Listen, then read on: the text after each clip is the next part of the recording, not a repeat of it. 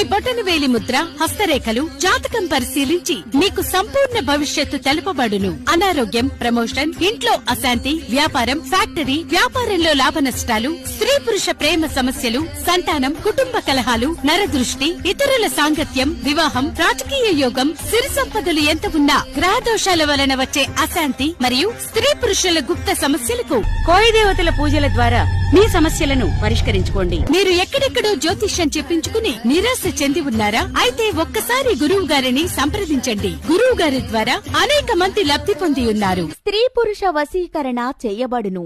ఎంతటి వారినైనా, స్త్రీనైనా, పురుషుడునైనా 12 గంటలలో మీకు వశీకరణం చేసి చూపిస్తాం.